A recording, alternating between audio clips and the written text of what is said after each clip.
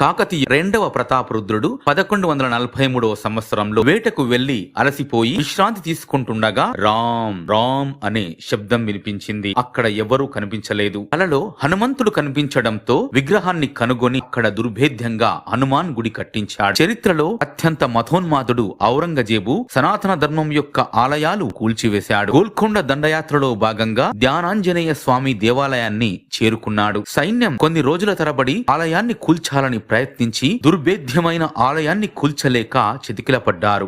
ఔరంగజేబు స్వయంగా తానే కూల్చాలని గుణపాన్ని తీసుకొని రాయిపై బలంగా కొట్టాడు. వెంటనే ఉలిక్కిపడ్డాడు. పిడుగులాంటి శబ్దం. ఆ శబ్దంతో పాటే మాటలు. తోడ్నా హేతో కరో మాన్ ఘాట్ అంటే మీరు ఈ ఆలయాన్ని చిన్నం చేయాలనుకుంటే హృదయాన్ని కఠినతరం చేసుకోండి. ఆ మాటలు విన్న ఔరంగజేబు నిలువెల్లా వణికిపోయాడు. వెనుదిరిగి చూడకుండా పారిపోయాడు. నాటి నుండి హర్మన్ ఘట్ దేవాలయంగా పూజలందుకుంటున్నాడు ఆంజనేయ.